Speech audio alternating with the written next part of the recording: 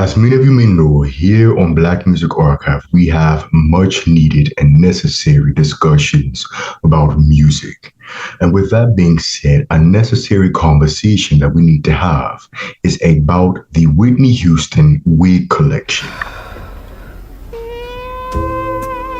Okay, this is where the rules begin. Many of you may or may not know, actress Vivica A. Fox has a wig collection, and in that collection of wigs, she has a wig called the Whitney, which is basically Whitney's 2009 Germany wig.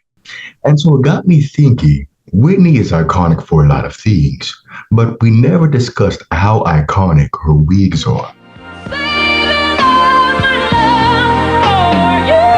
So when Whitney debuts around 84, 85, she's 20, 21, and her wigs and her style of dress reflect that.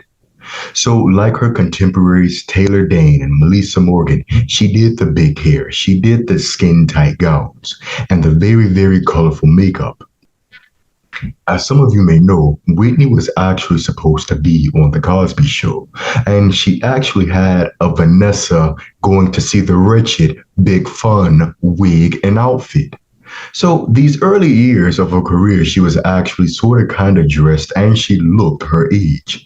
Somewhere along the line, the powers that be at Arista Records decided, well, we're going to age Whitney and we're going to make her look older than what she actually is.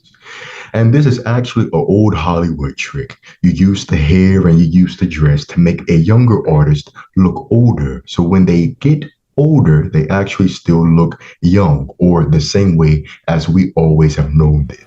The 89 Grammys performance, that wig and that gown, for me personally, are very, very important in Whitney's career. She's 25, but they have her in an ankle-length gown in a white stocking with a kitten heel, a chicklet heel.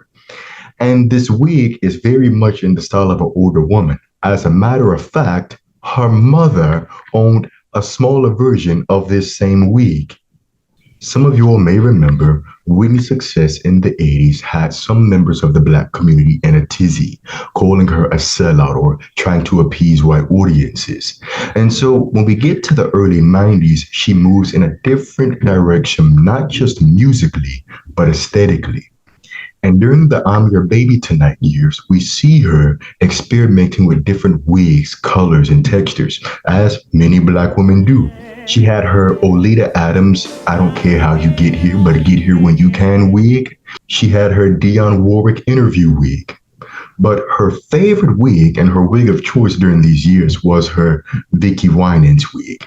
And if I'm not mistaken, Aretha Franklin also had a Vicki Winans wig. This era of wigs is very important because we get introduced to the loose curl wig.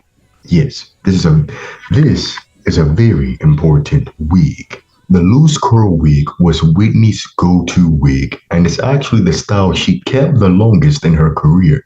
I mean, just look at how versatile it is. It can go from a red carpet, to the stage, to an interview, to a movie set. She had it short, she had it long, and yo, look at that bounce.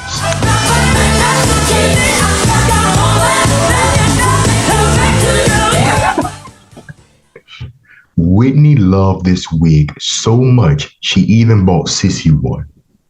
Whitney kept the loose curl wig basically for the entire mid going into the late 90s. Now, when we get to the late 90s and My Love Is Your Love, that is a fan favorite era of wigs. We have the Ladies Who Lunch wig. Now, this is the wig of a wealthy woman. It sort of reminds you of the wig that's on the cover of Why Does It Hurt So Bad? But the My Love Is Your Love era gave us two iconic wigs. We got the Bump It and Honey Blonde. We had the Big Bump It and the Little Bump It.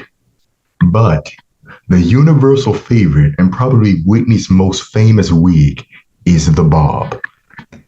There is power in a bob. A bob means you mean business. I mean, after all, only a bob can deliver. Friday night you and your boys went out to eat. Then they hung out, but you came home around 3.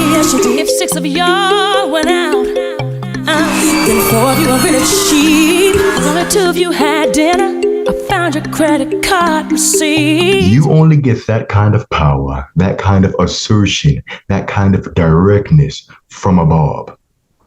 And Whitney had many bobs. She had it in black, she had it in brown, she had it in honey blonde. And not to mention, when Whitney moved, the bob moved. What happens to it, and I do this. Exactly. There you go.